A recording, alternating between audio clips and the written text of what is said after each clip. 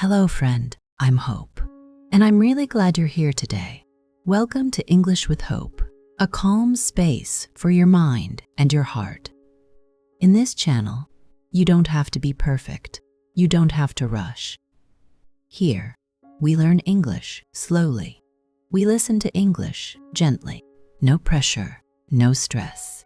And here, you are not alone. Wherever you are in the world, I'm right here with you. So relax your shoulders, take a slow breath, and let's begin. There is a moment, almost every day, when a person opens their mouth to answer someone else, and a small, quiet voice inside says one thing, while the mouth says another. This is not rare. This is not a personal failure. This is one of the oldest patterns in human life. For as long as people have lived together, in families, in villages, in cities, we have learned to read each other's faces, to sense what keeps the peace, and to offer that, sometimes, instead of the truth. It kept us safe once. It kept us close to the people we needed. But here is the gentle turn in the story. What once protected you does not have to define you forever. There is a way back to your own voice. And it begins with something as simple as noticing. Today, we are going to look closely at people-pleasing, not to criticize it, not to shame the part of you that learned to do this. Instead, we are going to understand it. We will look at where this habit quietly comes from and why it feels so hard to simply stop. By the end of this episode, you will have a clearer way of seeing your own yes. You will understand the difference between kindness and self-erasure. And you will carry 3 small, gentle practices with you, ones you can use starting today, without needing to become a different person overnight. This is not about becoming cold, or distant, or hard to reach. It is about becoming honest. And honesty, in the end, is its own kind of peace. Let's walk through this together. I want to tell you about something small. A few years ago, a friend mentioned, almost casually, that it would be nice to get everyone together again. It wasn't really a question. It was more of a hope, spoken out loud. And before I had even thought about it, I heard myself say, I can host. I remember the exact moment. I remember how quickly the words left me, faster than any thought about my own week, my own energy, my own plans. That week had already been full. I was tired in a way that doesn't announce itself loudly. It just sits underneath everything, quietly asking for rest. But I didn't say any of that. I said yes, because saying no felt harder than the tiredness itself. The gathering happened. It was warm. People enjoyed themselves. And for a few hours, I enjoyed it too. But afterward, when everyone had gone home, I noticed something small and honest. I felt relief. Not just from the evening ending, but from something else. I realized the relief wasn't really about the gathering. It was about no longer having to hold up the version of myself who never says no. That was the lesson, quiet as it was. I hadn't been asked to give up my week. I had asked myself to. And once I saw that clearly, something in me softened. Not because I decided to stop helping people, but because I finally understood that my honesty had been available the whole time. I just hadn't reached for it yet. That is where real change begins.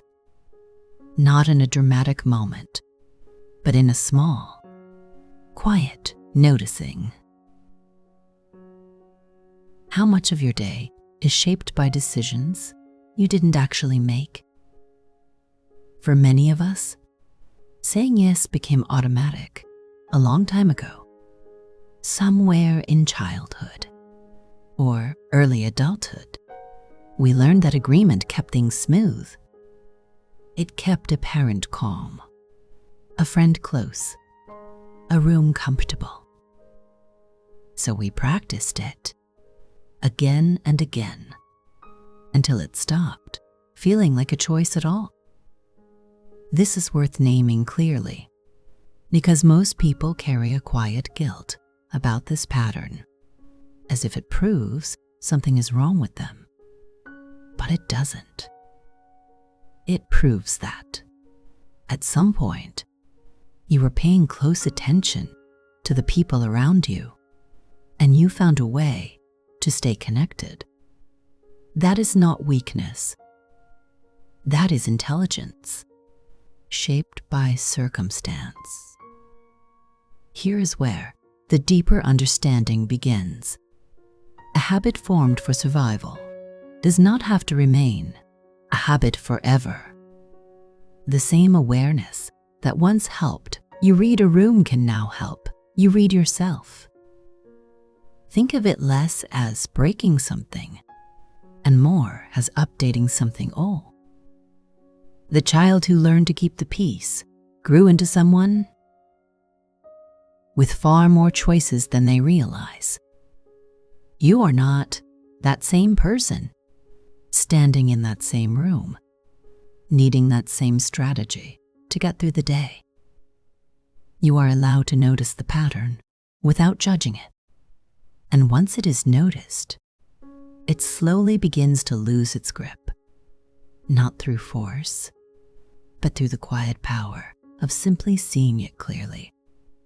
That seeing is where your freedom starts. Being liked and being known are not the same thing. Most people spend years collecting approval without ever asking whether that approval is built on who they actually are. Being liked can happen quickly. A smile, an agreement, a favor offered at just the right moment. It is easy to gather and just as easy to lose because it was never resting on solid ground to begin with. Being known is slower. It asks for honesty, for the small risk of showing an actual opinion, an actual limit, an actual no. It is less immediate, but it is far more lasting. Here is the deeper shift worth sitting with. When you are only liked, you are managing an image. When you are known, you are finally resting inside a relationship. There is real freedom in this distinction. It means you no longer have to track every reaction in a room, calculating whether you are still approved of. You can simply exist and let people meet the real version of you. Some of them will love that version even more. Some may need time to adjust. But the ones who stay, once they truly know you, are staying for something real, not for a performance. That is worth more than constant approval ever was. It means you can finally stop auditioning for your own life. You can walk into a room as yourself and trust that being known, fully and plainly, is enough. This is not a smaller way of living. It is a far more spacious one. Whose voice are you actually hearing when you imagine their disappointment? Often, when we picture someone's reaction to our no, we are not actually hearing them. We are hearing an old memory, a familiar tone, a version of disappointment we learned to fear long before this particular person ever entered our life.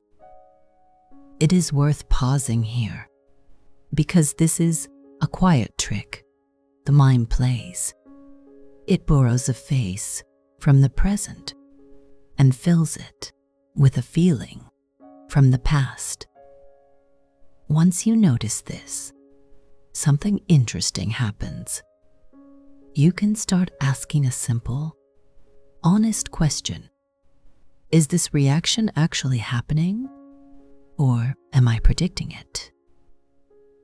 Most people, when given an honest answer, respond with far more understanding than we expect. They are not sitting at home, cataloging every limit we set. They are living their own lives, managing their own thoughts, mostly unaware of the story we have built around their possible disappointment. This is not to say no one will ever be upset. Sometimes people are. But even then, their disappointment belongs to them. It is not proof that you did something wrong. It is simply a feeling passing through someone else's day. Here is the wider view. You are allowed to let people have their own reactions, without carrying those reactions as your own responsibility. This is not coldness. It is respect, both for them and for yourself. When you separate your voice from the voices of the past, something quiet and steady returns to you. You begin to trust your own judgment again. And that trust is the foundation everything else can finally rest on. Saying no to one thing is saying yes to something else. What is that something else? For you? It is easy to think of no as a closed door, a small loss, a moment of letting someone down. But every no carries a hidden yes inside it. When you decline one more obligation, you are saying yes to rest. When you step back from a conversation that drains you, you are saying yes to your own peace. When you choose not to attend, not to help, not to agree, you are making space for something quieter and more necessary. This is worth pausing on, because most of us were never taught to see it this way. We were taught to measure our worth by how much we could give, how often we could show up, how rarely we said no. But a life built entirely on giving to others eventually runs out of the very thing it needed to keep giving. Here is the wider truth. Boundaries are not walls that keep people out. They are simply a way of deciding what you have room for, so that what you do offer comes from a full place, not an empty one. Think about the people in your life who give generously, but only when they truly can. Their yes means something, because it is not automatic. It is chosen. That is what becomes possible for you too. Every no you allow yourself is quietly building toward a yes that is real, rested, and freely given. This is not selfishness. It is the beginning of a more honest kind of generosity. What would change if you trusted people to handle your honesty? Many of us assume that honesty will break something, that a clear boundary or an honest opinion will cause a small collapse in the relationship.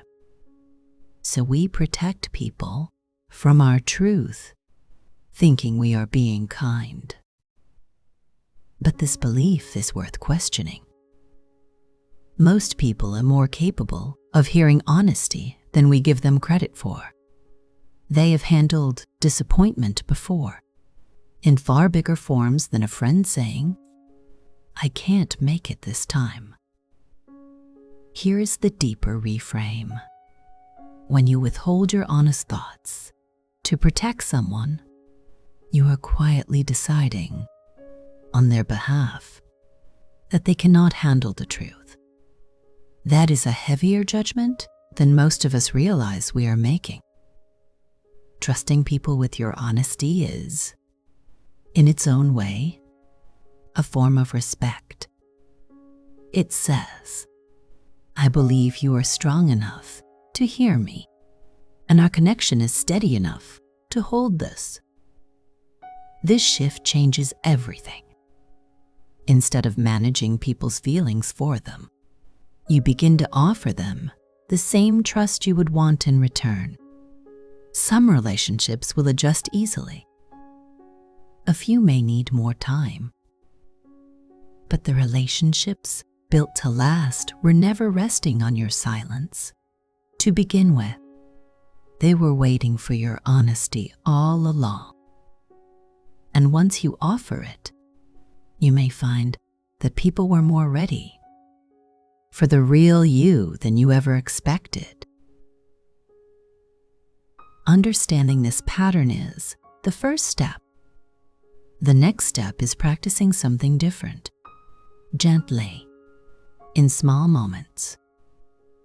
The first practice is the pause before yes. Before agreeing to anything, even something small, try building in one breath of silence. Not to overthink it, just enough space to ask yourself what you actually feel. Sometimes that pause changes nothing, and you still say yes, fully and freely. Other times, it reveals a no that was waiting underneath. Either way, the answer becomes yours again.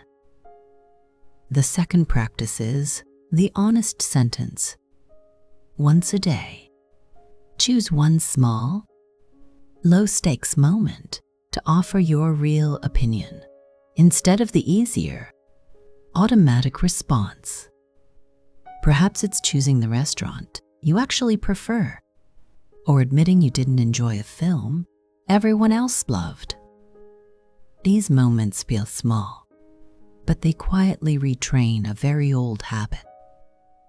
Each honest sentence becomes proof that truth doesn't damage connection. The final practice is the check-in question.